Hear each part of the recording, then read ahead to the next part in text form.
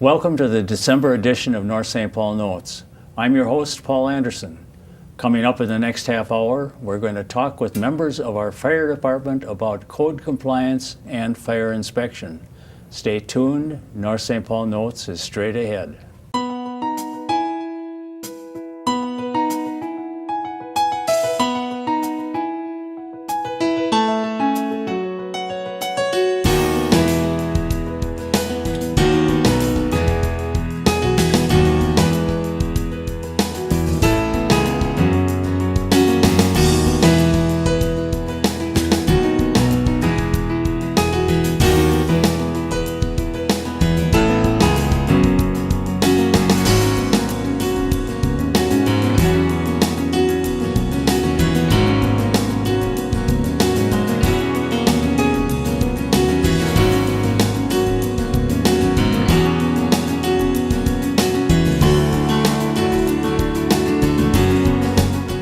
Hello and welcome to the December edition of North St. Paul Notes.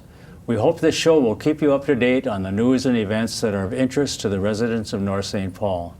I'm joined in the studio today by three members of the North St. Paul Fire Department: Fire Chief Scott Dudek, Deputy Fire Chief Jason Mallinger, and Code Compliance Officer Ron Caney.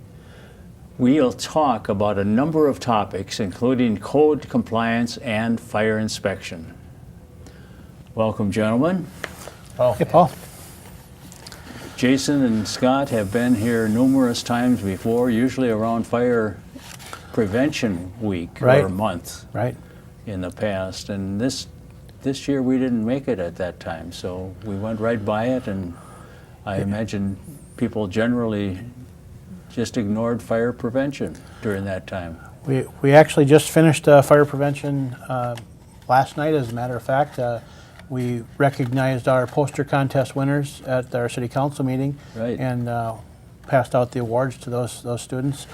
Jason had worked a lot with those in the school.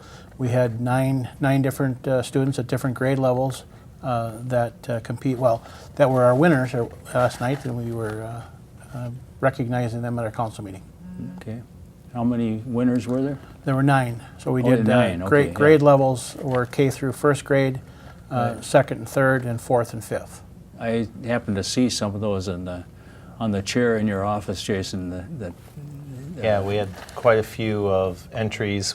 We had well over 400 posters to review and place. It took us a few hours to... That's a job itself. Yeah. And these are all students in the elementary schools. Yeah, so this year we have, with the addition of Metro Flex Academy, we have 6 elementary schools within North St. Paul. And we were able to attend all of these schools throughout Fire Prevention Week. The fire department and a few of our members, we would go out there and talk to the students about fire safety and fire prevention. Yeah. Well, Scott, in addition to your work as fire chief, you also deal with city codes. Sure. And deal with those who enforce our city codes, who we have here today, at least one of the members, that's Ron Caney. And so I'll have some questions for Ron a little bit later, but what do you know of the history of code enforcement in North St. Paul? I didn't think there was much. Yeah, code compliance has really been something relatively short when you look at the age of North St. Paul in itself, being well over 100 years in existence. Code compliance has really only been around officially for only about 15 years. Okay. And over those years, it's always been handled on a part-time basis with a part-time position, in addition to our full-time staff fire department, or at one point it was under the police department for a short period of time back in its early inception. And there was a part-time person that worked there, and it's evolved from the police department through community services, and in its current location now within the fire department. Fire department does a lot of different inspection safety services, whether it be rental housing, anywhere from single family to multifamily commercial, or fire inspections on commercial buildings, and then code compliance, where that deals a lot with, maybe nuisance type properties, tall grass, maybe trash and debris or inoperable vehicles, parking on the grass, shoveling of sidewalks in the wintertime, all those types of more maintenance type issues. And Ron Canley is one of our longtime firefighters with the department, and Ron and Doug Chesvold, who's not here today, have been working on a part-time basis doing the code compliance side of things.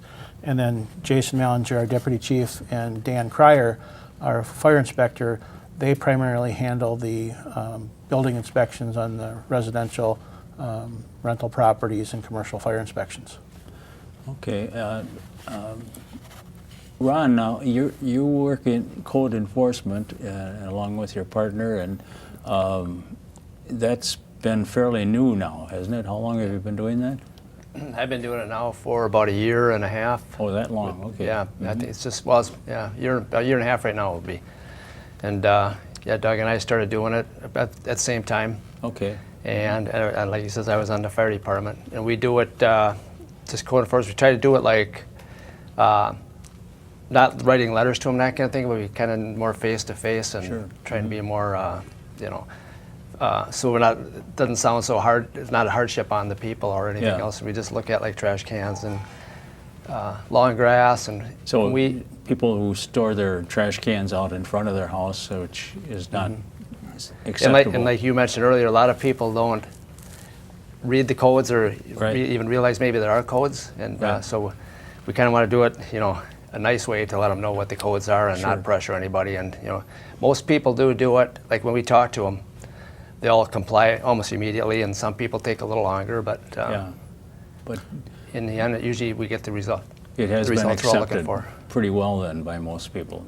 Yes, it's not something that's been a big problem to deal with. And that's been the attempt with this model, is to be more of a more proactive in education or outreach to the residents, and as Ron mentioned, talking to them rather than being heavy-handed and sending letters or citations or violations, things like that, because ultimately we're just looking to get the things corrected or something cleaned up. So a citation of things, that's an extreme last resort for us. So another thing that wasn't mentioned, but we had talked about before, was animal control, and is that part of the animal control falls under our police department. Oh, it does. But they'll handle stray dogs and cats, things like that. But one of the things that we've gotten involved with, and is a more recent topic, and that's chickens, as we've had people requesting to be able to keep and raise chickens for eggs and that type of thing. And North St. Paul current ordinance does not allow keeping of chickens or domestic animals such as that. Some of our neighboring communities do allow it, so that has been something that we've had to deal with in recent time. That will be something that the council will discuss later this fall or early winter. There is a group of people that is wanting to talk about that, about the possibility of changing that ordinance. But so there'll be some informational meetings that will be talked about on that, and listen to the pros and cons of that, and make a decision whether there would be any ordinance change or not. So that also includes beekeeping? Correct. Yeah. Correct. And that's something, the beekeeping, as you mentioned, that's a new topic that's come up. There's been a lot of talk recently about pollinator-friendly plants and things like that. So the bees are really out in front of people and in the community, and really talked about like they haven't been in the past. So that's brought a lot of that in beekeeping and in honey, and Ron can speak to that as he has some of his own where he lives. Oh, okay. And so we started some bees, but out in where I live now, but. Okay, but that's not in the community, so. No.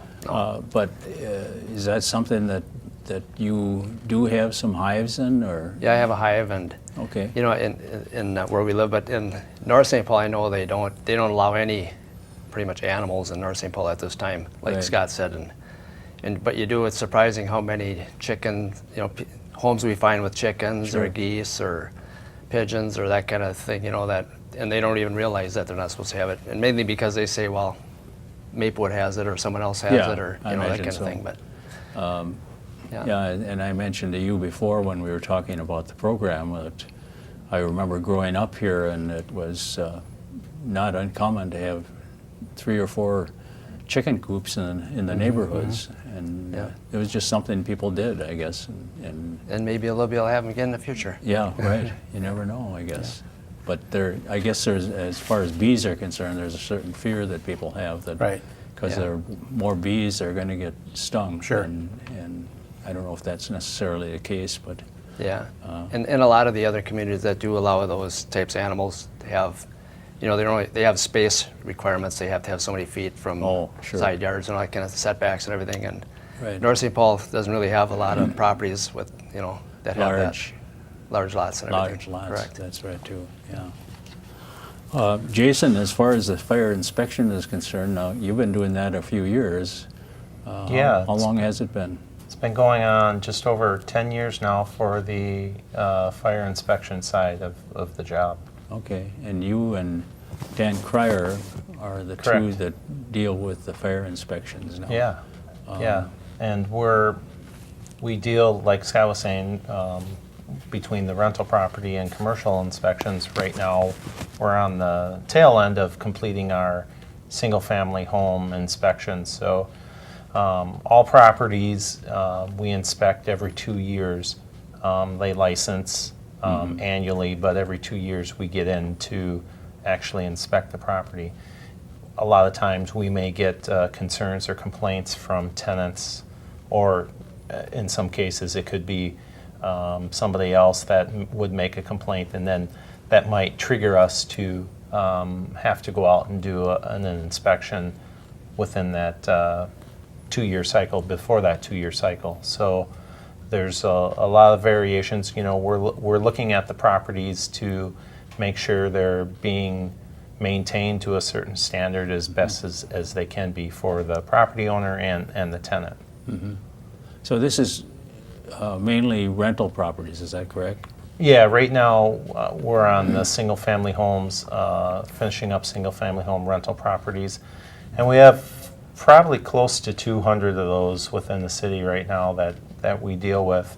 And then this winter here we'll be starting the next phase, which would be multifamily units. So all of our larger complexes that have you know, apartments within the building, you know, whether it's 10 to 15, 18 apartments within one building, we go throughout all of the multifamily units as well. What are the most common problems you run into with rental properties? Well, I mean, one of the largest things that we really look for along the lines of fire prevention are the smoke detectors, and making sure that those are up and operating in place, that they're not expired. So we really focus in on the fire safety aspect line of it, making sure that those are up to date. And with older properties like we have in North St. Paul, I mean, everything has a life expectancy. So on the smoke detectors, it's 10 years, and we have, you know, I have one large complex right now. They have basically well over 180 units that they're going to have to replace all their smoke detectors with in there because they're expired, and that's quite a process for them and for us. But in the for safety, that's just something that has to be done. But typically, those items that we find when we do inspections, like I say, could be along the lines of electrical, light switch covers, outlets not working. We really look at everything throughout the whole structure, inside and out, just to make sure things are working properly and that they're also being maintained. So, but this is a requirement for any rental property that they have these safety devices. What about carbon monoxide? Carbon monoxide is also one of those. So carbon monoxide detection right now is required in units, and it has to be within 10 feet of each bedroom or sleeping area. Okay. Is it pretty common that people would put those in anyway? No, you know, when we first started into the carbon monoxide requirement in 2009, we didn't see them. We didn't see carbon monoxide detection a whole lot. It wasn't until we started getting through the requirements that getting the information out to owners and everyone about it, that we started to see it more and more. So now that we've been through it a few cycles, we see them there, but again, it's making sure that they're operating, making sure that people aren't taking the batteries out or removing them. Just like anything else, if there's a problem with something, they'll like to take the batteries out and shove it in the drawer and leave it there. Well, if it's making noise, that's Right. the best solution. Right. So we're the ones that come through and make sure that they're put back in place and, Sure. and operating and protecting the families in those areas. Any other common problems that you can mention that you run into?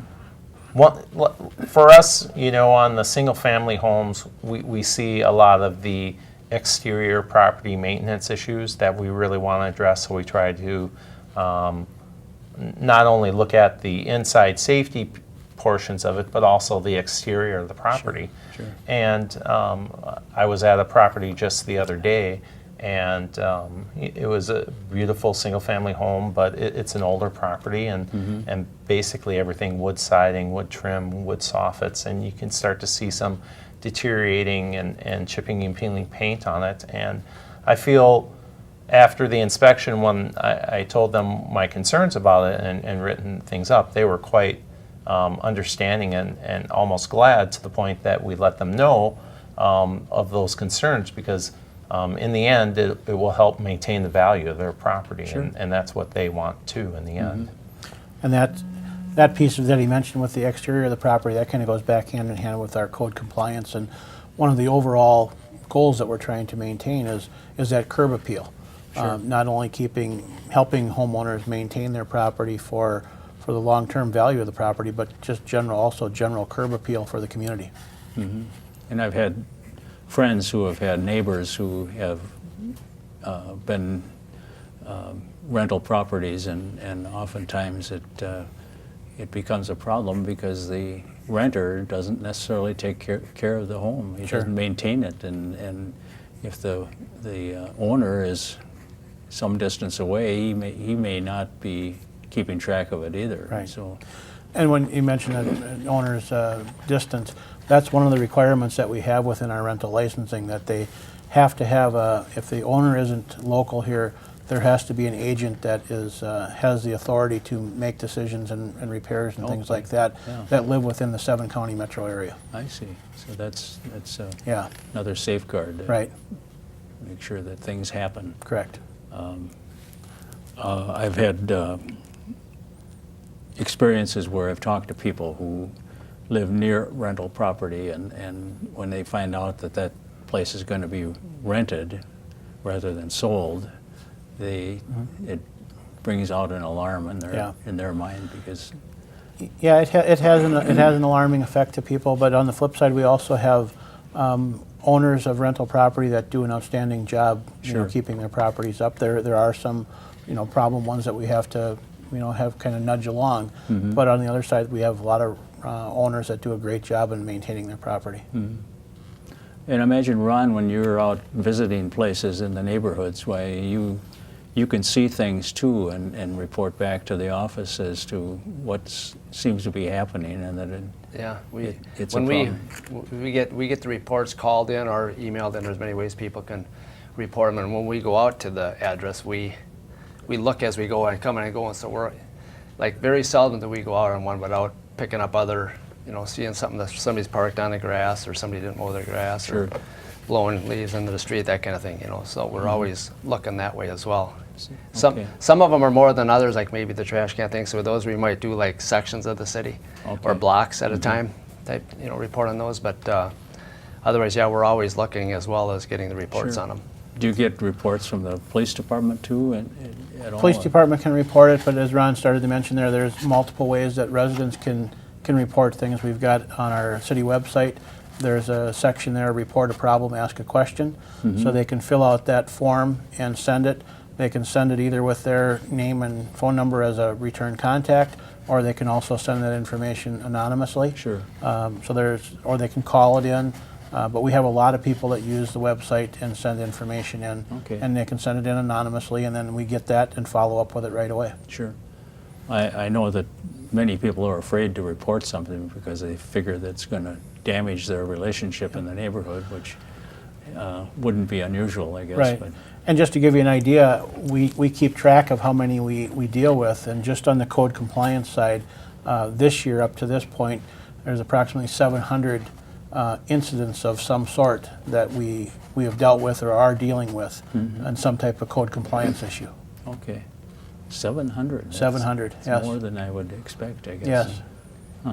And I would encourage them to, you know, even if, I know, like you said, they don't like to report on their neighbor, but Yeah. report anonymously because they can. And Sure. we do look at every one of them that way. So, Yeah. and it helps, you know, keeps the neighborhood nice and, you know, for everybody. Sure. So. Well, that's important. I think it's important to get that word out because a lot of people Yeah. are not understanding that, I'm sure.